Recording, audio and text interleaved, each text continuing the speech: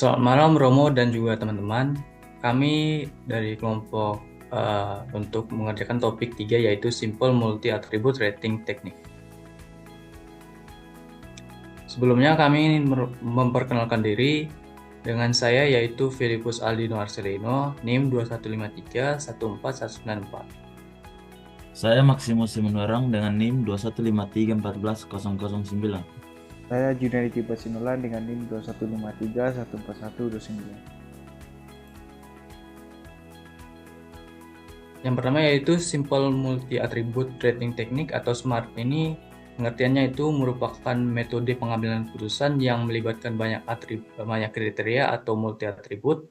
Di sini teknik pembuatan keputusan multi atribut ini digunakan untuk mendukung pembuat keputusan dalam memilih antara beberapa jenis alternatif.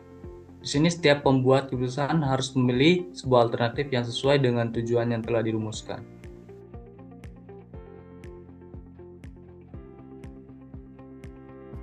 Mengapa metode ini penting? Metode SMART ini penting karena menyediakan cara sederhana dan juga efisien untuk membuat keputusan yang melibatkan banyak kriteria atau atribut. Ini merupakan pengambilan keputusan untuk mempertimbangkan berbagai faktor secara simultan dengan bobot yang berbeda-beda dan juga memberikan solusi yang lebih komprehensif, di mana SMART juga ini fleksibel dalam menangani data kualitatif maupun kuantitatif, yang memungkinkan juga pengguna subjektivitas ketika data numerik tidak tersedia. Hal ini sangat berguna dalam situasi di mana pengambilan keputusan membutuhkan pertimbangan dari beberapa alternatif dengan data yang tidak terlalu jelas atau lengkap.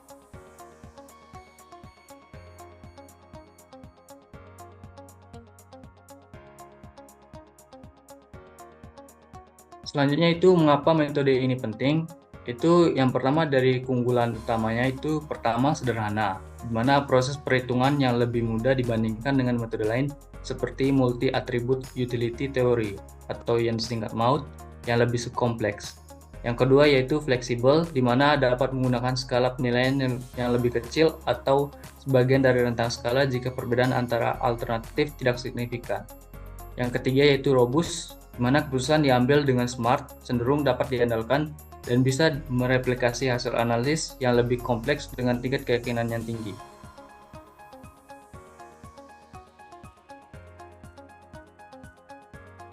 Untuk gagasan pokok SMART adalah memberikan cara untuk mengevaluasi alternatif keputusan berdasarkan beberapa kriteria yang memiliki bobot atau tingkat kepentingan yang berbeda. Setiap alternatif dinilai menggunakan skala tertentu, misalnya 1 sampai 5, dan kemudian nilai tersebut dinormalisasi untuk mendapatkan nilai utilitas yang berada di antara 0 dan 1. Bobot untuk tiap kriteria kemudian digunakan untuk menghitung nilai akhir dari setiap alternatif, sehingga alternatif dengan skor tertinggi dianggap sebagai pilihan terbaik. Lalu ada proses singkat. Yang pertama itu pengumpulan kriteria dengan penetapan bobot berdasarkan kepentingan relatif. Yang kedua, skor diberikan untuk setiap alternatif berdasarkan kinerja relatif mereka di setiap kriteria. Lalu yang ketiga, skor dinormalisasi dan dihitung untuk mendapatkan nilai akhir yang mencerminkan preferensi total. Lalu bagaimana langkah-langkahnya? Yang pertama, tentukan kriteria pengambilan keputusan. Identifikasi kriteria atau faktor yang akan digunakan untuk mengevaluasi alternatif keputusan. Lalu yang kedua adalah tetapkan bobot untuk setiap kriteria. Bobot itu mencerminkan kepentingan relatif dari setiap kriteria. Bobot ini dinormalisasi sehingga total bobotnya berjumlah 1. Lalu yang ketiga, skor setiap alternatif yang untuk setiap kriteria itu berikan nilai pada alternatif menggunakan skala yang ditetapkan, misalnya 1 hingga 5, di mana skor 1 berarti kinerja terburuk atau paling terkecil dan skor 5 berarti kinerja terbaik atau paling besar. Lalu yang keempat, ada normalisasi nilai, yaitu pengubahan skor alternatif menjadi nilai utilitas dalam rentang 0 sampai 1. Lalu yang kelima, hitung nilai total alternatif. Kalikan nilai utilitas dengan bobot kriteria, lalu jumlah hasilnya untuk mendapatkan nilai akhir dari setiap alternatif.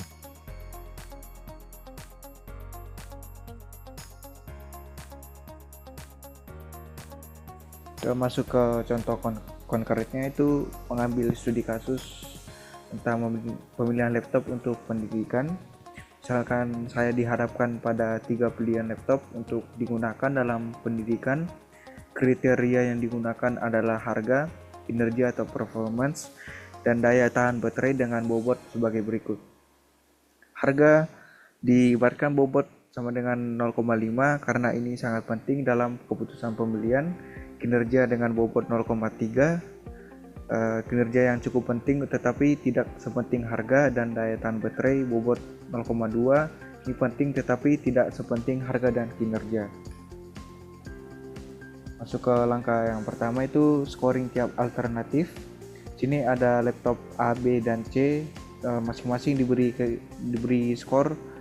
Pada laptop A diberi skor 3, pada laptop B diberi skor 5, dan laptop C diberi skor 5, dan kinerja dari laptop A itu diberi skor 4, kinerja dari laptop B skornya 3, laptop C skor kinerjanya itu skornya 5, dan daya tahan baterai dari laptop A itu 3, daya tahan baterai dari laptop B itu 4, dan laptop C itu 2.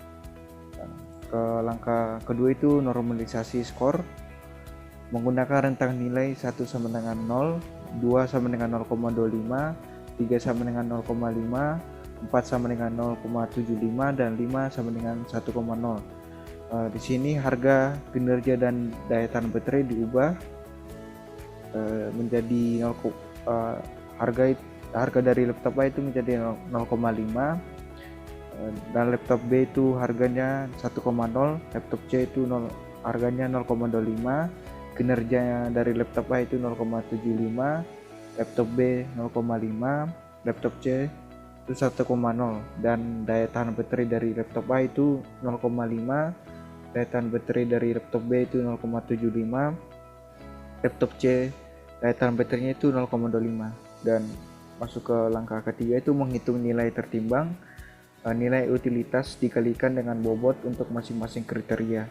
Sini laptop A dikalikan harga dengan bobot harga itu 0,5, dan hasilnya itu 0,5 kali 0,5, laptop B 1,0 kali 0,5, laptop C 0,25 kali 0,5, kinerja laptop A dikali 0,75 dikali 0,3, laptop B 0,5 kali 0,3, laptop C itu 1,0 kali 0,3, daya tahan baterai itu laptop A 0,5 dikalikan 0,2, laptop B 0,75 kali 0,2, laptop C 0,25 kali 0,2, dan mendapatkan hasil pada laptop A itu 0,575, laptop B dengan hasil 0,725, dan laptop C itu 0,475, dan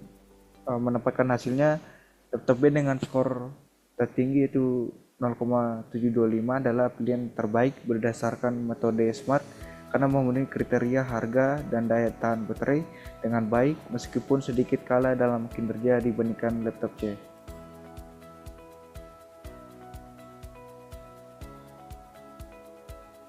Tambahan, Smart memungkinkan pengguna untuk dengan mudah mengevaluasi berbagai alternatif dengan cara yang terstruktur dan transparan, memastikan bahwa keputusan didasarkan pada penilaian yang objektif dan jelas. Lalu kesimpulannya itu bahwa metode ini menyediakan cara yang sederhana namun efektif untuk mendukung keputusan yang melibatkan banyak kriteria, yaitu multi atribut. Dengan metode ini, setiap alternatif dinilai berdasarkan atribut yang telah dibobotkan sesuai tingkat kepentingannya, sehingga memudahkan dalam memilih opsi yang terbaik. Ini ada beberapa referensi. Sekian dari penjelasan mengenai SMART dari kelompok kami, kelompok 7. Terima kasih.